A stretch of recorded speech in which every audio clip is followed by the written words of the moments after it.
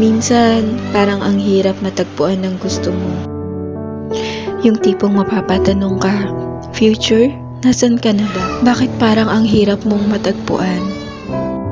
Yung tipong minsan, pag mag-isa ka, umiiyak ka na lang. Pero alam nyo guys, be proud to yourself. Kasi alam mo kung bakit mo nararamdaman yan? You are continuing to follow your dreams and for the vision that God's given to you.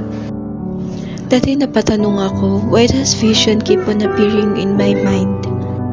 Pero alam nyo, God answered me. I realized that vision keep on appearing in our mind is because that's what God want us to be. Kaya kung feeling mo you are alone, you are helpless, just look at above and pray. Kasi wala naman tayong kayang gawin kung wala sa atin si Lord. Minsan napapaisip ako maging selfish. Yung tipong, Lord, gusto ko ganito yung plan ko. Gusto ko ganito yung setting this day to reach my goal.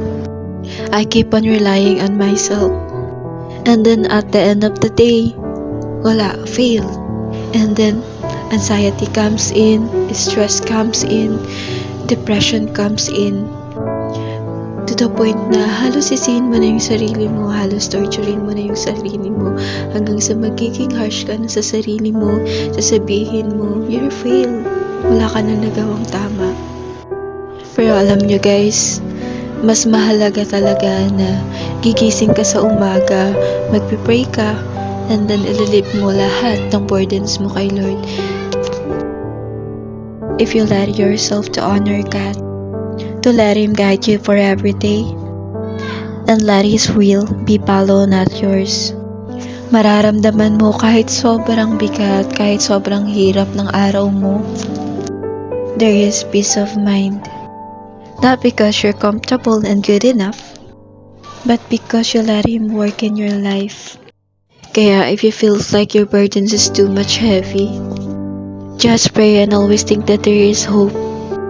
The same like how wind touches our skin. Wind symbolizes as hope because God let you feel that wind for having a deep hope and rely on what God can do. Keep on dreaming and remain focused onto Him.